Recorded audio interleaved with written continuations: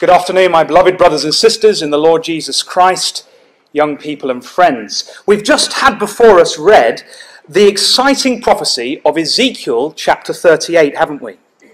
And in Ezekiel chapter 38, we've read in verse 13 of Sheba and Dedan and the merchants of Tarshish.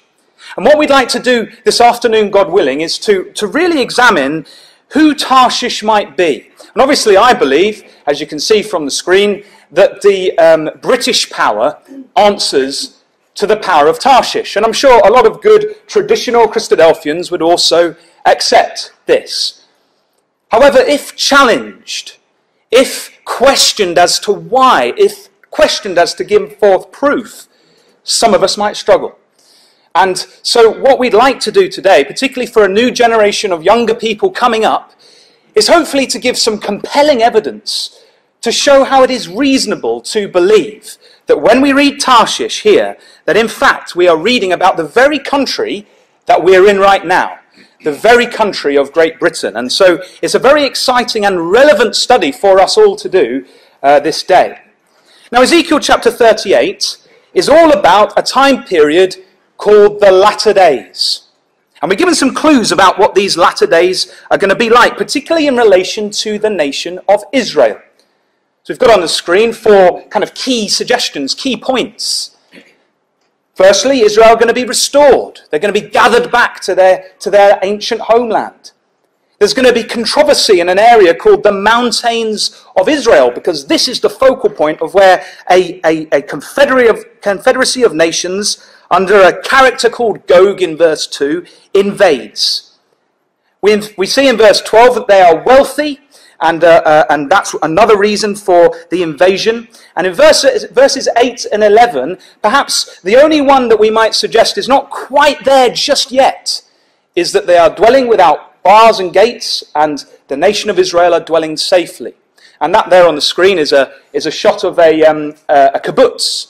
And when you go to Israel, all the Jewish settlements, the kibbutzes, they all have these bars and gates all around them. You can tell the difference between a Jewish settlement and an Arab settlement because of a characteristic like that. So maybe that's the only one that we could say that isn't quite on track. They are back in their land, aren't they? This means that we are in the latter days.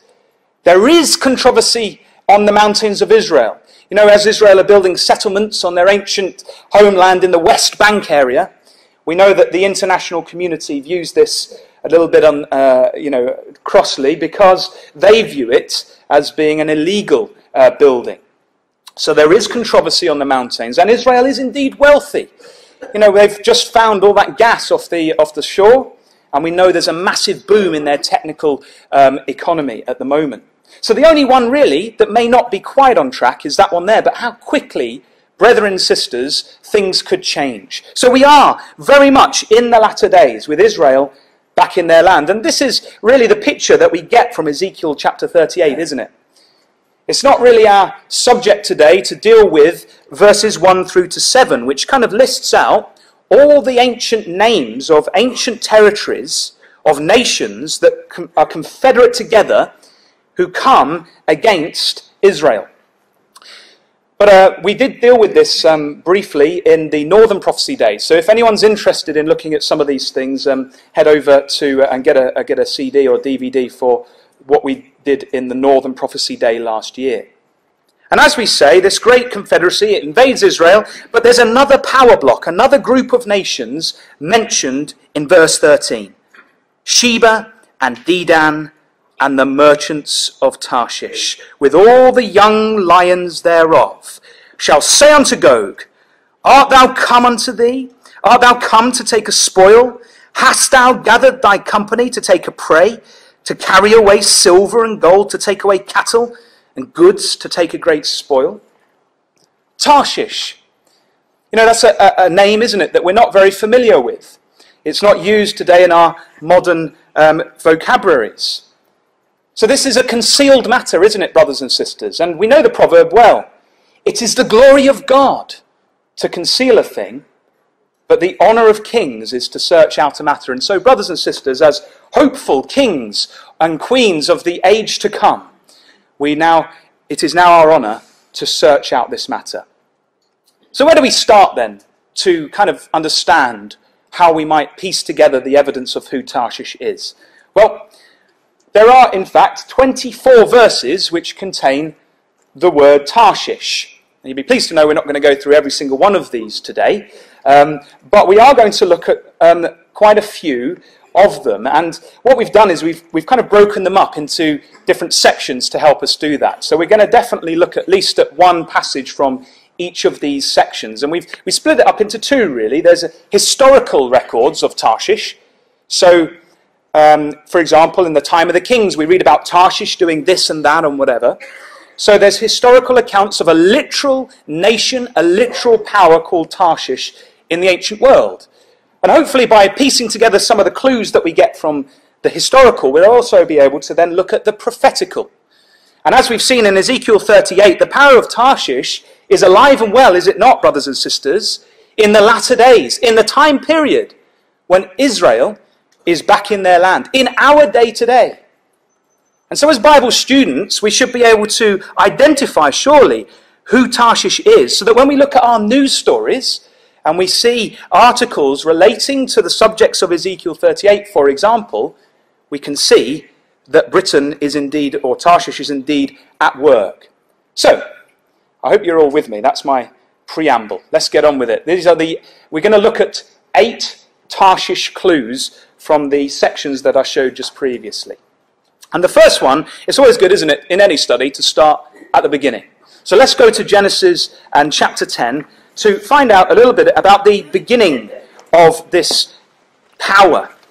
And here in Genesis chapter 10, we have what is known as the Table of Nations, don't we? These are the descendants of Noah, and we read about Tarshish as being a person at the very, very beginning of these times. So, for example, in verse 1, it says, "Now these are the generations of the sons of Noah, Shem, Ham, and Japheth.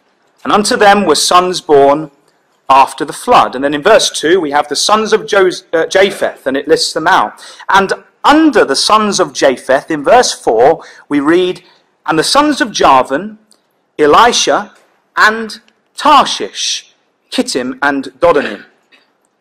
So Tarshish was a person originally, and he was a descendant of Japheth, who was a descendant of Noah. And that's interesting because Josephus, in his Antiquities of the Jews, he explains how that migration took place in ancient times. And what he says is that the descendants of Japheth went into Europe. So whoever Tarshish is, brothers and sisters, we're going to have to see how that fits with this. Tarshish, the power that became Tarshish, is going to be Japhethite in origin. It's going to be in the West. It's not going to be in Africa. It's not going to be in China. It's going to be somewhere in Europe, we'd very strongly suggest to you. And just notice another thing in verse 5. It says, "Of the descendants of Japheth, by these were the isles of the Gentiles divided in their lands, everyone after his tongue, after their families, in their nations." And the word for isle is really, it could mean an island or a coastal area.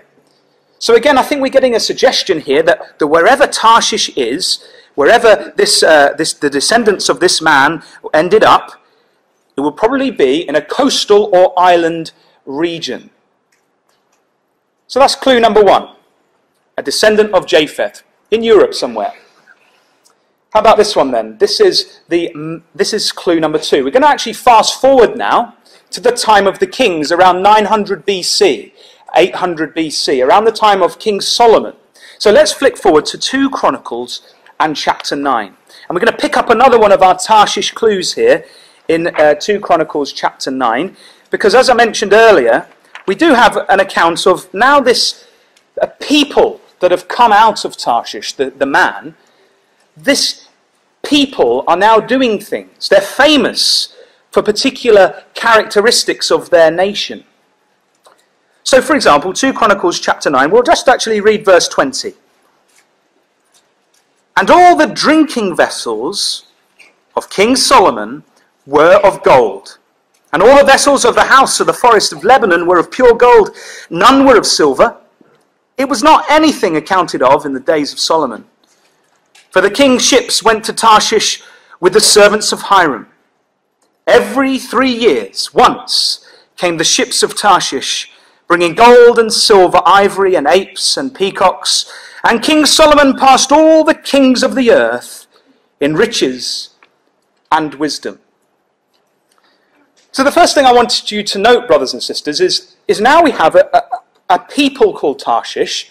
And what are they famous for? Well, they're famous for their ships, the ships of Tarshish. And we've put up on the screen other passages which refer to the ships of Tarshish. So this power is renowned, is famous for its maritime supremacy. And in the time of Solomon, it really was one of those powers which helped Solomon to surpass all the kings of the earth in riches and wisdom under God's care and blessing. It was this deal that was done between Hiram, Tarshish, and Solomon that enabled Solomon to become one of the richest of all the kings of the earth. And that leads us to clue number 2. Because here, you see, when we read of the ships of Tarshish, what are they bringing? Well, they're bringing gold and silver and ivory and apes and peacocks in verse 21. And do you know what's interesting about the words apes and peacocks? I understand the experts say that linguistically, these two in the Hebrew are actually Indian in origin for apes and peacocks. And so from the port of Ezion-Geber, it seems, I put that on the screen. It reminds me a little bit of Barnaby, so I thought I'd pop that up there. But from people say we look alike. but from this passage, Solomon had a port, you see, in the south, didn't he? In modern Eilat, in Ezion-Geber. And so it seems that whatever deal that was done here between the three parties, it enabled trade to be done with the east. Now, brothers and sisters, it doesn't necessarily mean, in my view, that we have to look for Tarshish in the east. I know brethren do connect it with the east, and there is definitely an eastern connection. But I only ever read in our scriptures, don't we? We only ever read of one Tarshish. So although there might be links with the east, I'd suggest that perhaps Tarshish isn't actually in the east. And in fact, Herodotus records that, very interestingly, that the Phoenicians had actually, and did frequently, circumnavigate Africa. And interestingly, what he tells us, Herodotus, is that that journey actually took 3 solid years. So it seems to me that Tarshish could be anywhere along these things, although in the time of Solomon, it definitely traded with India and brought some of those things back to King Solomon so that Solomon could become rich. So not only were the Phoenicians in Tyre trading in the west, but also quite clearly here, Tarshish has a connection to the east. And the reason why I think we need to really look in the west is because of a passage, again in the time of the kings, but this time from Jonah. And you remember what happens? Jonah wants to flee from the presence of God. And notice what it says in Jonah chapter 1 verse 3. It says, "But Jonah rose up to flee unto Tarshish." So Jonah had decided, I'm going to flee as far away from God's presence in Jerusalem that I can possibly get. And he determines in his mind, he's going to go to Tarshish. That was the furthest point away in his brain. And he says there, he's going to flee to Tarshish. So if you were going to flee to Tarshish, obviously you'd go to the port that helped you get there the quickest. And interestingly enough, he gets down, doesn't he, to the seacoast, to Joppa, which is modern-day Jaffa, on the western coast. And so it's a very clear indicator that wherever Tarshish is, if you want to get there quickly from Israel, you're going to have to go west. So Tarshish is located to the west, is another clue. And just to kind of add back up to that, I came across this archaeological find the other day, and I just find it absolutely exciting, because not only does it confirm that Tarshish was a real nation in ancient times, it also shows us a couple of other things. So this is an inscription by a Syrian king, Esarhaddon, just around the time of Ezekiel. And he inscribes this. He says, "All the kings from the lands surrounded by sea, from the country Ladanana, Cyprus, and Laman, the Ionian Islands just off Greece, I think, as far as Tarshish bowed to my feet. So what does that tell us?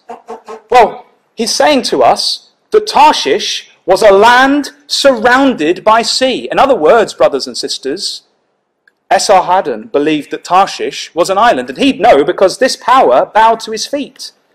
And also, brothers and sisters, it seems that as he's explaining all these island powers that bowed to his feet, that he's starting with Cyprus and going across the Mediterranean, and the furthest point that he knows in the west that bowed to him was a power called Tarshish. A very interesting passage there that I just wanted to intersperse with that point. In the west is where we would look for the nation of Tarshish. Now this next one is very, very interesting. Could you turn to Ezekiel chapter 27, please? Now we're going forward a little bit in time now to around 600 BC. We're going to the time period of the prophet Ezekiel. And here we have a prophecy all about Tyre. Now we've already kind of mentioned Tyre. Hiram was the king of Tyre, a Phoenician power, an ancient Phoenician power, an ancient civilization, known for their trade, for their kind of colonization of small trading posts throughout the world. They weren't a military power. They weren't one of the great superpowers of their day, but they were traders. And they actually, interestingly enough, it says in Amos, they had a brotherly covenant with Israel, didn't they? And you know that Hiram, he helped to supply some of the materials to build the temple, didn't he?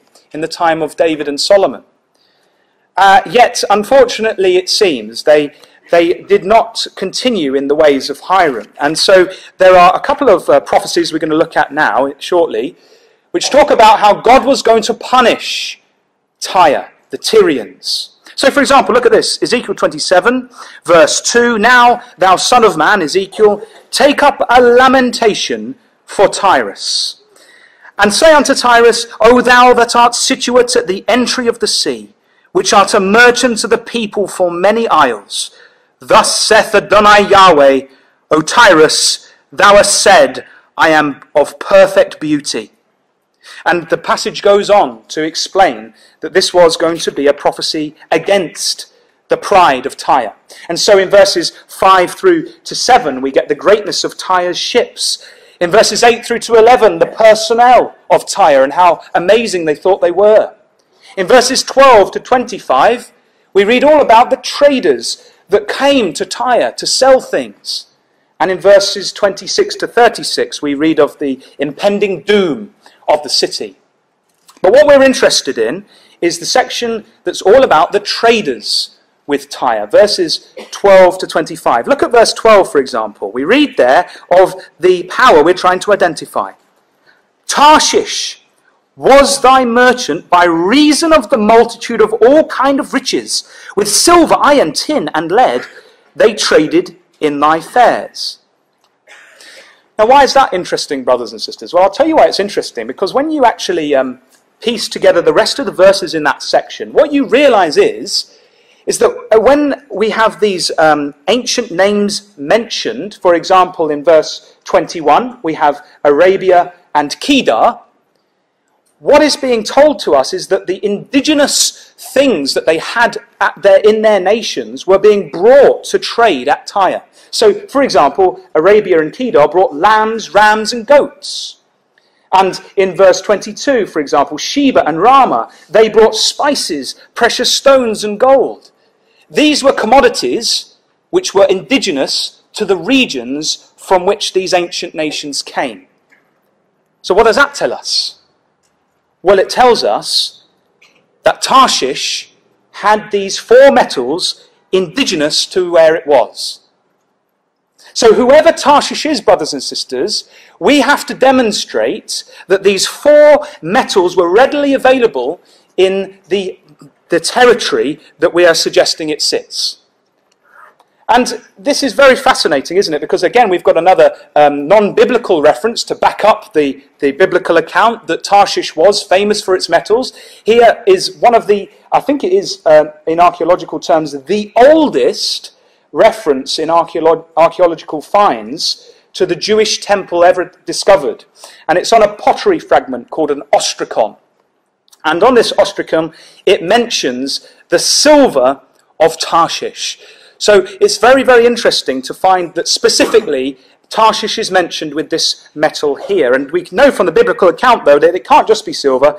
We're looking for a power with iron, tin, and lead readily available within it. So that's that. Just before we move on from Ezekiel 27, just notice one other quick thing. In verse 25, we have the ships again. The ships of Tarshish did sing of thee in thy market, and thou wast replenished and made very glorious in the midst of the seas.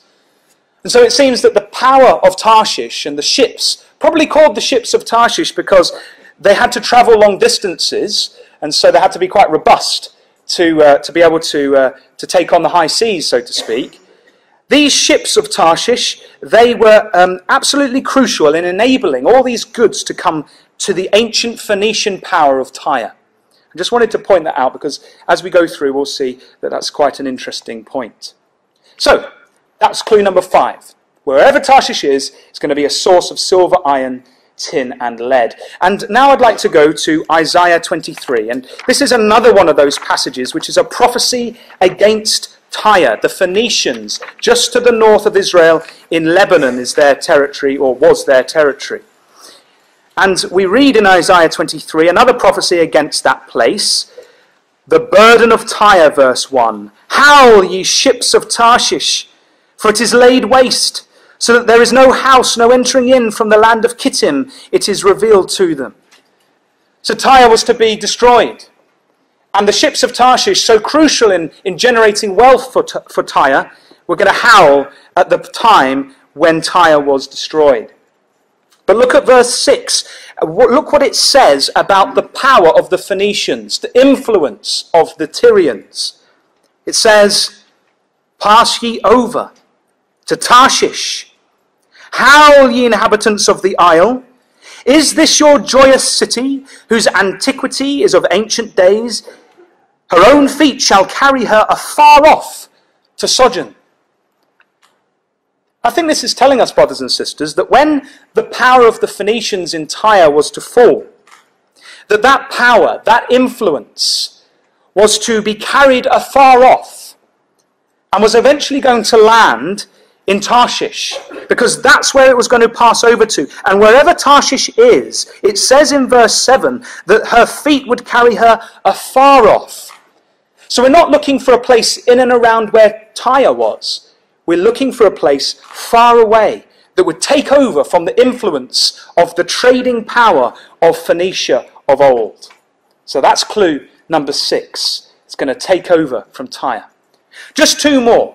Let's go to Ezekiel chapter 38 that we read just a few moments ago. Because in Ezekiel 38, now bear in mind we're fast forwarding right to our time today.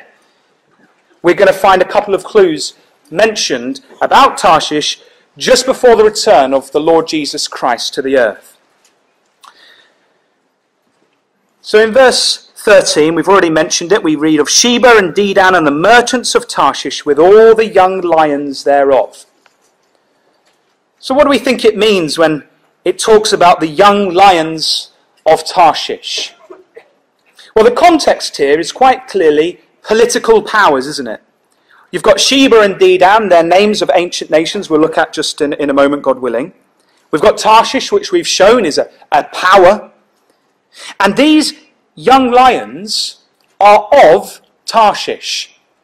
Now, I don't think these are literal lions, do you? Like running around. Because the context here is political powers. But what I'd like to do, brothers and sisters, is just comment on that word for young lions. You know, it's translated lion 30 times, villages once, and young once. And it's a very interesting word. In fact, can we flick over to Ezekiel chapter 19, please, just to understand perhaps a bit of a deeper meaning of what a young lion is. So in Ezekiel chapter 19, if you look at, we'll read from verse 1. Moreover, take thou up a lamentation for the princes of Israel, and say, what is thy mother, a lioness? She lay down among lions, she nourished her whelps among young lions. And she brought up one of her whelps, it became a young lion, and it learned to catch the prey. It devoured men. The nations also heard of him. He was taken in their pit, and they brought him with chains unto the land of Egypt. Now, the context here again is political powers, but this time it's talking about princes in Israel. But notice what happens. We have a process in verse 3. You start off with whelps, baby lions, reliant on their mother. But these whelps don't stay whelps for long, and they become young lions, capable of catching their own prey. In other words, a young lion is an independent power of its mother. And I think that's the sense in which we see the word used here in Ezekiel chapter 38. These young lions, they are political powers that have become independent of their mother, yet still slightly related. So when we read of Tarshish with all the young lions, we're reading of offspring, political offspring of Tarshish. So whoever Tarshish is, we have to be able to demonstrate clearly that there has been political offspring from it, that has become independent of it and grown up and left home, so to speak, but is still slightly related to that original Tarshish mother lion power. So that's clue number 7. A colonial power having independent political offspring. Clue number 8. And again it's here, we've read that Sheba and Dedan and the merchants of Tarshish with all the young lions thereof shall say unto Gog, Art thou come to take a spoil? Now notice the detail here, brothers and sisters. Sheba and Dedan are clearly the native powers in the vicinity of the area of the invasion somehow. But Tarshish isn't there, is it, brothers and sisters? The merchants of Tarshish are there.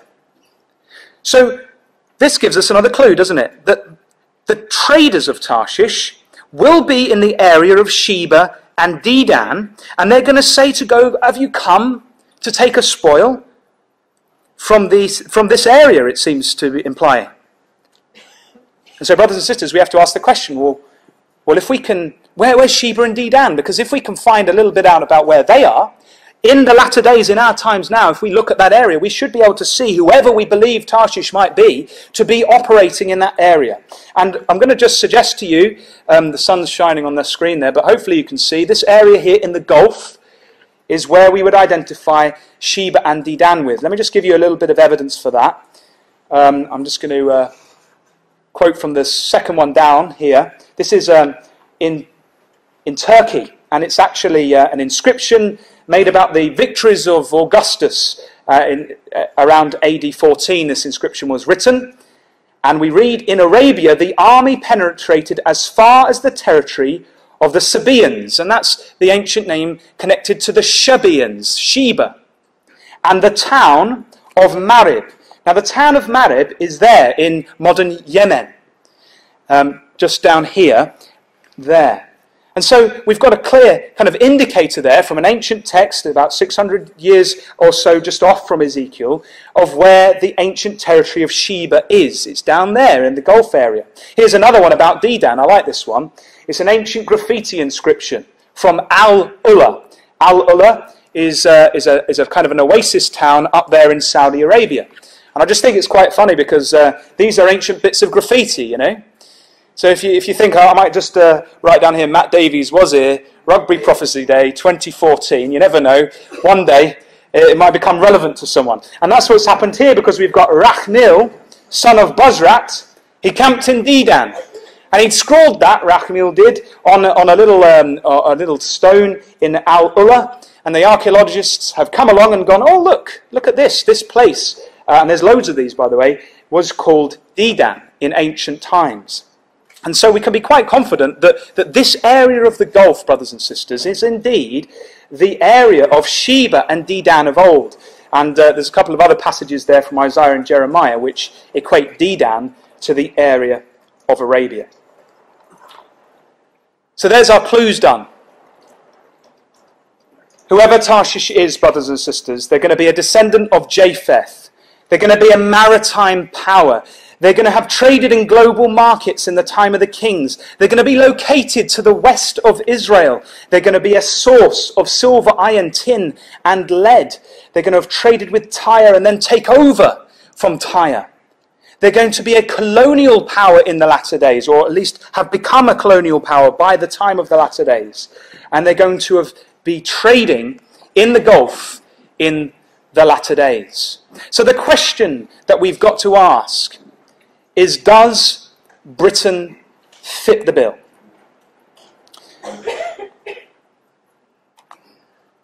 So let's see. Let's test it. Clue number one. Is Britain in the area of Europe? Well, yes. And so we can be happy with that clue. Next port of call, so to speak. Is Britain a maritime power? Yes, Britain is very famous. Its maritime activities stretch right back into the mists of history, don't they? It is a maritime power. Did it trade in global markets in ancient times? Well, look at this. They found a ship in 2010 off of Salcombe in Devon, and they dated it from 900 BC. So this is the time of Solomon, brothers and sisters. And they found quite clearly that this proved that Britain, the Isle of Britain, was trading in the Bronze Age, in the time of Ezekiel. In fact, one of the divers, or the engineers, Jim Tyson, who took part in the dive, said it shows definite communications and trade. These people were trading as we would these days. So Britain did trade in ancient times. We're going to see more evidence for that, by the way, in a couple of other slides we've got later. Is it located to the west? Well, yes. If you wanted to get from Israel to Britain quickly, you would leave probably from around that area there by boat, in Joppa, like Jonah did. And this next one, clue number 5, really is the clincher, in my view, when pieced together with all the other clues. So the question is Britain the source of silver, iron, tin, and lead? And not only that, I think we've got to ask 3 key questions. Does Britain have these minerals in it? Can we see or demonstrate that they were actually mined in ancient times? And can we demonstrate that they were traded with the Phoenicians? Because if we can demonstrate all these 3 things, we can be pretty sure that there's a good match here for Britain being Tarshish. So first question, does Britain have these minerals? And Ruth and I, we happened to find ourselves on holiday once near Derbyshire, in the Derbyshire Mining Museum. And in that museum you can go and see all the rocks that are indigenous to Britain. And sure enough, you can find 4 minerals from which silver, iron, tin, and lead can come. And what's fascinating, brothers and sisters, is particularly the tin. Because the tin is a very, very rare mineral. And it's only in very few places on the earth. And yet tin was absolutely crucial to the ancient world. In fact, the Greeks, they wouldn't have been able to dress if it wasn't for tin, because for the bronze that was made in the ancient world, you had to mix tin with the copper. And so tin was crucial to the ancient world. There must have been a place where tin came from in order for the Greeks, for example, to have their bronze. Were these minerals mined in ancient times? Well, we can definitely be sure that they were mined at the time of the Romans. When the Romans came, this is from a history book showing all the different mines that the Romans set up. And here's something from Mining and Metallurgy in the Greek and Roman World, a book where the experts there list where the Romans got all their iron from, and tin and lead. And you'll see there that silver, tin, lead and iron, they were all coming from the territory of Britannia. Interestingly, Iberia is there as well. So the Romans also got some of their metals, those 4 metals from Spain. But when we equate all of the clues with what we've been looking at, clearly Britain is going to be the only one that fits the bill.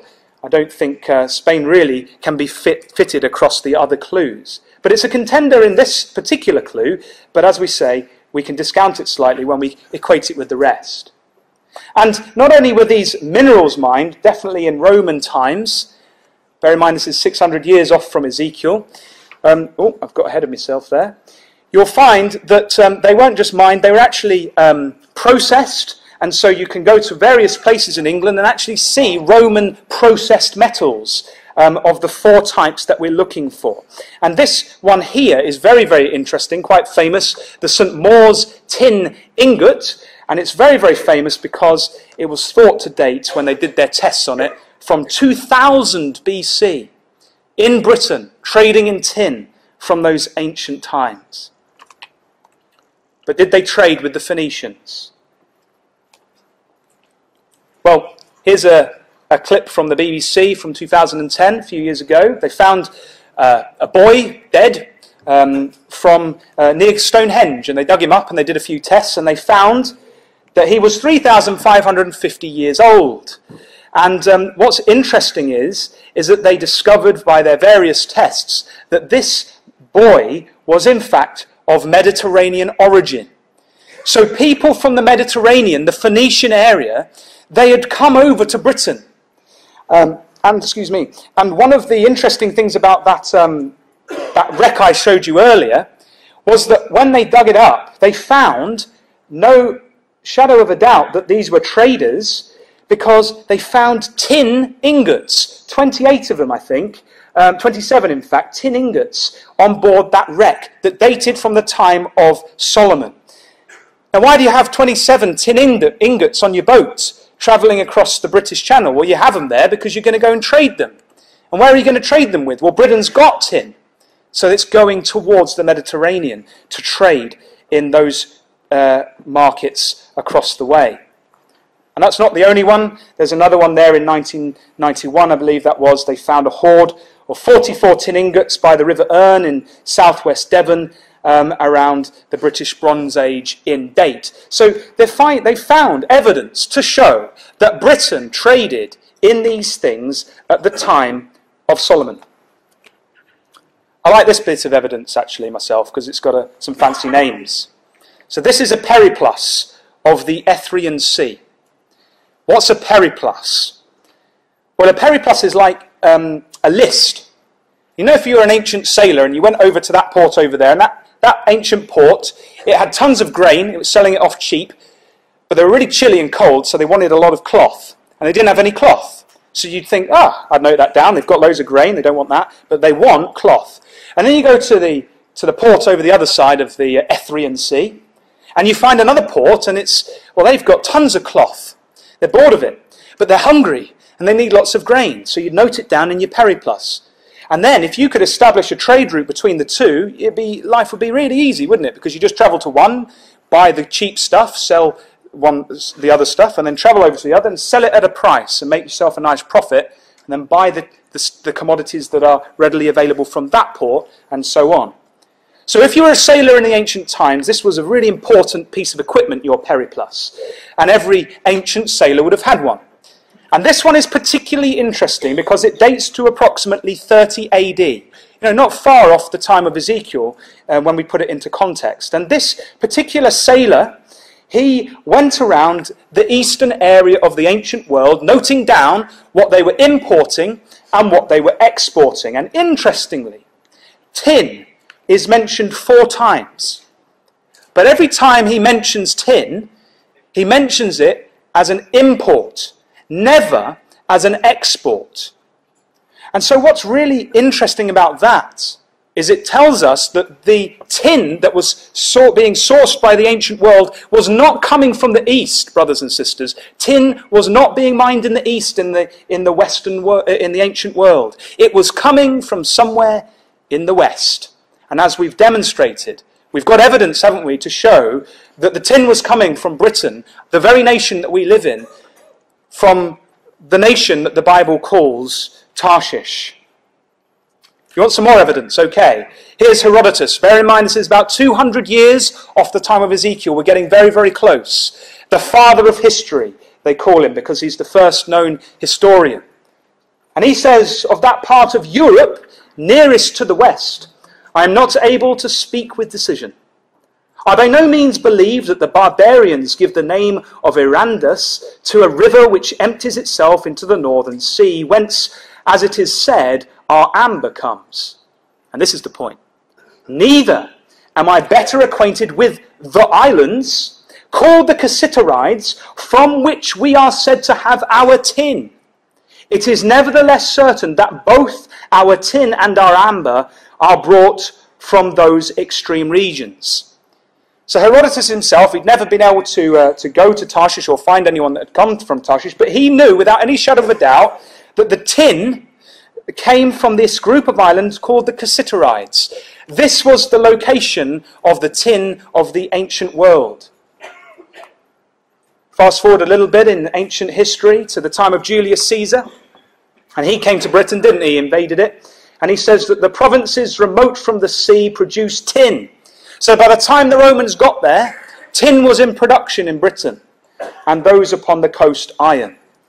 Another ancient historian, Diodorus, 8 BC, he says, now we shall speak something concerning the tin that is dug and gotten there. He's talking about Britain. They that inhabit the British promontory of Belerium, by reason of their converse with the merchants, so they were established traders, are more civilized and courteous to strangers than the rest. These are the people that make the tin, which with a great deal of care and labour they dig out of the ground, and that being rocky, the metal is mixed with some veins of earth, out of which they melt the metal and then refine it. So again, the tin is coming from Britain in the ancient world. And if you like that, check this quote out. This is the last one, by the way, if you find history dry. The Cassiterides are 10 in number, so a small group of islands, which Britain is one of, and lie near each other in the ocean toward the north from the haven of Arabi. Of the metals, they have tin and lead, which with skins they barter with the merchants for earthenware, salt, and brazen vessels. And this is really interesting. Formerly, the Phoenicians alone from Gades engrossed this market, hiding the navigation from all others. When the Romans followed a certain shipmaster, that they might discover the market, the jealous shipmaster willfully stranded his vessel on a shoal, misleading those who were tracking him to the same destruction. Escaping from the shipwreck by means of a fragment of the ship, he was indemnified for his losses out of the public treasury. So isn't that interesting, brothers and sisters? Perhaps that's why Herodotus wasn't quite sure where his tin came from, because the Phoenicians were so protective of that source. It was so valuable to the ancient world where they got their tin from that they were willing to scupper their own ships to stop the Romans getting there. And of course we know that eventually the Romans did get to Britain, and we've shown, haven't we, that they did tap into the metal markets and the metal production that was going on. But interestingly, we have a connection here, an ancient source which connects trade with Britain to the Phoenicians, Tyre. A very interesting non-biblical connection. So, does Britain have these metals? Yep. Were they mined in ancient times? Yep. Were they traded with the Phoenicians? Yes. What about clue number 6? Were they going to take over, one of the prophecies said in Isaiah, from Tyre, from the Phoenicians? And isn't it interesting, brothers and sisters, that Britain did indeed take over and dominate the ancient trade routes of the ancient world, particularly around 1601 when the East India Company was formed. When basically Britain just dominated all of those trade routes, both in the West, but most importantly in the East. It took over from the power and the influence of the Phoenicians. It even had its own currency in India. It owned parts of the land of India. Eventually it got so powerful. So we can say that Britain fulfills that requirement. It did take over from the influence and power of Tyre. How about this one, number 7, a colonial power? Well, it's pretty much a no-brainer, probably the easiest one. We know, don't we, that Britain is the mother of many colonies, known nowadays really as the Commonwealth. And they're all over the place, aren't they? They're independent though, aren't they? That's very, very interesting. The young lion, the independent states of Tarshish. And here we have, near where I work, there's a plinth up on one of the buildings celebrating 60 years of Queen Victoria, her Diamond Jubilee. And we can see that this is when all these lions, as it were whelps. They were part of the British Empire, ruled over by Queen Victoria.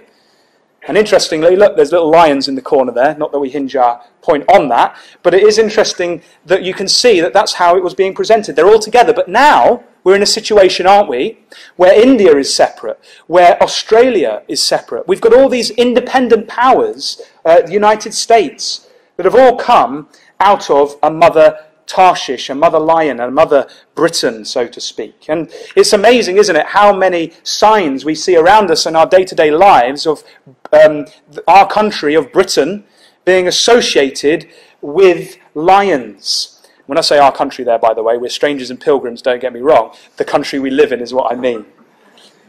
So, you know, Trafalgar Square, we've got those things, eggs, England football team, lions everywhere. And what's fascinating is I love this one.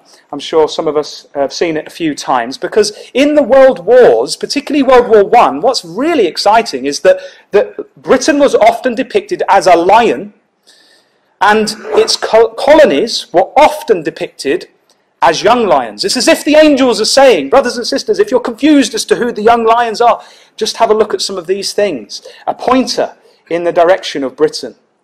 So we can be confident that Britain fulfills that particular clue of being colonial. What about this one? Can we look at the Gulf region of Sheba and Dedan, and can we see activity of trade by Tarshish? And I think the answer to that is yes. William Hague there in December, he's investing in the Gulf deliberately and for the long term. If you go to the Foreign and Commonwealth Office's website and look under the Gulf, it says, we want the UK to be the Gulf's commercial partner of choice. Trade between Sheba and Dedan and the merchants of Tarshish. And brothers and sisters, it's rare that a month goes by without having a news story of some shape or form about connections between the growing trade links between Britain and the Gulf. In fact, brothers and sisters, did you know that this very week Prince Charles has been over to Saudi Arabia? You might have seen some very funny pictures of him doing a little Arab sword dance in full garb, which I found quite amusing. He's there, though, to help drum up trade, and he's just said he's going to extend his trip to go to see the Bahrain and the United Arab Emirates. And while he was over there, a deal that David Cameron was trying to seal when he first came into power back in November 2012 was signed and was confirmed between Britain and Saudi Arabia for buying a ton of, 47 I think it was, fighter jets.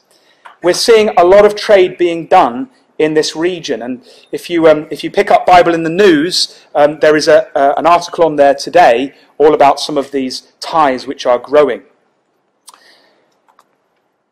The Parliament did a report last year on the importance of UK ties with the Gulf, and it listed 4 key areas: defence, counter-terrorism, energy security, and trade and investment. The merchants are there, brothers and sisters. The connections are there. And look how deep those connections lie. Do you know what this is, brothers and sisters? This is in Bahrain, okay? And you have there Prince Andrew stood next to some very important Arab rulers. And they've all got together to celebrate Great British Week. You know, how many places on the planet would celebrate Britain? Well, the Gulf region is. And so that is an interesting tie, isn't it, brothers and sisters? This is a campaign that the British government is launching all over the Middle East, the Gulf region, of being Great Britain, to drive trade. This is Vince Cable, an article from last month in the Financial Times. And he says, if we can get them investing heavily in long-term infrastructure projects, that would be ideal. He will announce the creation of a Gulf investment team, that says this article, and he did. There is a specific team that the British government has set up only to go to the Gulf to generate trade, and it's working very, very well. In fact, I think there's now a fast-track visa for people in some of the Gulf states to be able to come over to Britain to make this trade easier. When you go on the British government website, we read that relations with the Gulf states are of huge significance to the UK. And when you actually look, particularly in London, at who owns what in some of the most prestigious London areas, you'll find that the shadowy hand of the Gulf states seems to be behind everything. For example, Qatar own 20% of the London Stock Exchange. You know, that's unbelievable. They own 25% of the Shard building in London. Sorry, that was 95%. I read that wrong. 95%, they basically own it. The great symbol of London, the new Shard building, owned by one of the Gulf states. They own 26% of Sainsbury's. The whole of the Olympic Village is owned by people from the Gulf. And so, brothers and sisters, we have this trade in operation, and it's a two-way thing, isn't it? And we can see it working as we would expect from Bible prophecy with British traders in the area of Sheba and Dedan. But we ask the question, well, would Britain really be up for challenging an international confederacy that comes down into Israel? Do we have any signs of that? Because we've not, you know, when we look at Britain, we don't see, do we, a massive military power in that region. But we don't see a massive military power, but we do see them in the past challenging powers which would seem to be greater than them to protect their trade interest. Here is the Strait of Hormuz, okay, just north of the Gulf. And you might recall that in 2012, Iran was getting a bit, a bit big for its boots, and it decided to suggest that it might close this Strait of Hormuz. And look who challenges. The UK warns Iran, don't close the Strait of Hormuz. They weren't happy about this. They actually challenged Iran. And afterwards, the Royal Navy dispatched a £1 billion worth destroyer to the Gulf as Britain sends a clear signal to Iran that trade route will stay open. So not only is Britain in that territory with its young lion partner of the US, but it is also willing to challenge, as it will do, here in Ezekiel 38 verse 13, art thou come to take a spoil? They are in the Gulf, and we can see them at work.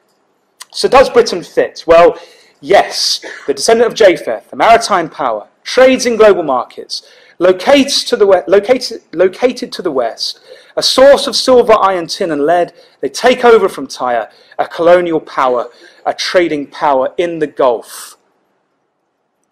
So if you have any other suggestions as to who Tarshish is, you've got to be able to put it across these clues and demonstrate as clearly as we've been able to do today, if not better, that your suggestion fits. And I don't know of any other suggestion, brothers and sisters, that fits like this. This is not some sort of pioneer blind following of what Brother Thomas has said, is it?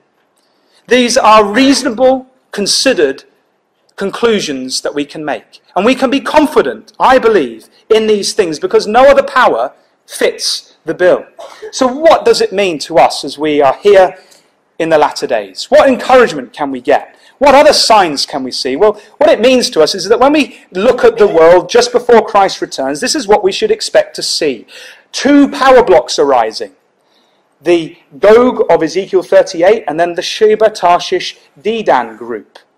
And clearly it shows us that the Tarshish and Sheba, Dedan group, their military and economic strategies are different to the European, Russian and North African strategies. There is some sort of separation of the powers, isn't there? And this is very, very interesting because you'll be probably just as familiar as I am of some of the recent news coverage, just over the last 5 or 6 years, probably just as familiar of how as I am annoyed the people of Britain some have of the become recent news coverage, the just, growing over the last red 5 or 6 tape of years, Europe. of how a campaign like this one is underfoot. This is the Daily Express's campaign, reporting all the problems with Europe. Get Britain out of the EU, it says. We demand our country back. And of course we know that the government under pressure has had to really confirm that the British people are going to get their referendum. And it's seen the rise of this party, UKIP, the UK Independence Party. And there's their leader, Nigel Farage. And look what it says on their website about last year. It says that last year was the year that saw us come of age. And this party is all about independence from the power of Europe, which is what we'd expect, wouldn't it, from Bible prophecy. But what's fascinating is that the Independent did a poll just last month, and they found that UKIP topped the Independent on Sunday poll as the nation's favourite party. What a shake-up that would make to politics in Britain. And we read here that Nigel Farage, the leader of UKIP, he wants to shake up politics even more in 2014. So keep an eye on these people, because it seems that they are being compelled to push Britain in a direction which will separate Britain from the military and economic strategies of Europe, which is heading for the United States of Europe. And as we've said, David Cameron's really been pushed into a corner to promise an EU referendum. And so we're seeing cartoons like this, aren't we, in our press, of the impending separation, it seems, of Britain from European politics. And so when we come to the end picture, we can see all the pieces of the jigsaw puzzle coming together, just as our pioneer brethren foresaw from their understanding of Bible prophecy. God has mapped out a future for Tarshish. You know, if we had time, brothers and sisters, we could go to Isaiah 60 and Psalm 72, where you read of Tarshish being a power in the kingdom age, a power that brings gifts to the Lord Jesus Christ, a power that helps bring Israel back to the land, back to the Lord Jesus Christ, a power that is motivated to serve God. And you know, you look around at our nation that we live amongst today, and the Tarshish nations, and we see them driving in the secular direction, don't we? Something has to change. And so what a responsibility we have to witness to the truth. And we mustn't be despondent, because the power of Tarshish will turn to Christ eventually, brothers and sisters, because that is the map, the roadmap that God has laid out. Just to conclude, I'd like us to turn over to Isaiah and chapter 2. Because it's all very well, brothers and sisters, us having this as an intellectual knowledge in our brain. Oh, isn't it nice, Britain's Tarshish? But it's got to affect the way we think, the way we walk before our God, hasn't it, brothers and sisters? And in Isaiah chapter 2, we have another prophecy of the latter days. It's mentioned there in verse 2.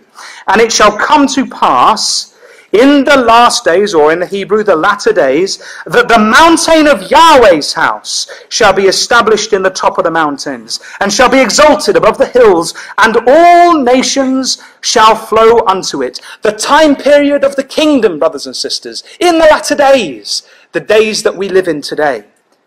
But look what it says about the nations in verse 10, or verse 11.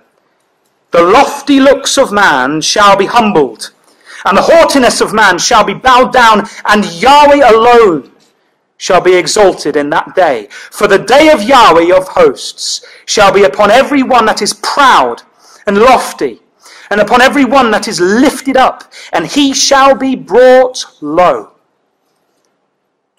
The flesh has to be subdued, brothers and sisters, the pride of man.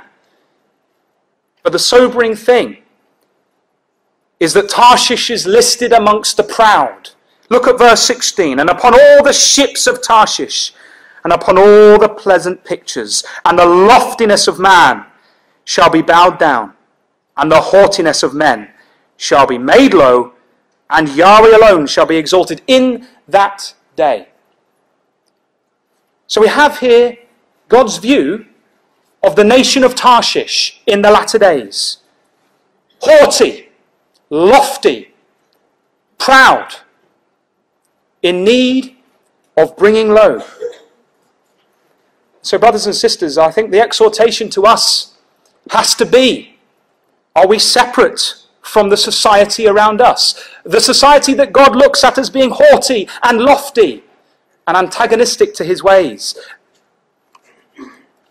Do we indeed, as the psalmist has said, have a broken and a contrite heart, which God would not despise? Because it is this characteristic, is it not, that we should all be seeking to develop within ourselves. So associating with the things in this society we live in is not going to help us, is it, to do these things, because God is going to bring that society down, to humble it, so that it will accept the Lord Jesus Christ and God's ways in that day. And so, brothers and sisters, All these signs of the times show us that Christ is indeed coming, that Britain is being compelled to take up a position, unbeknown to itself, of the merchants of Tarshish with Sheba and Dedan. And so, the real question for us all, including myself this day, is, are we ready?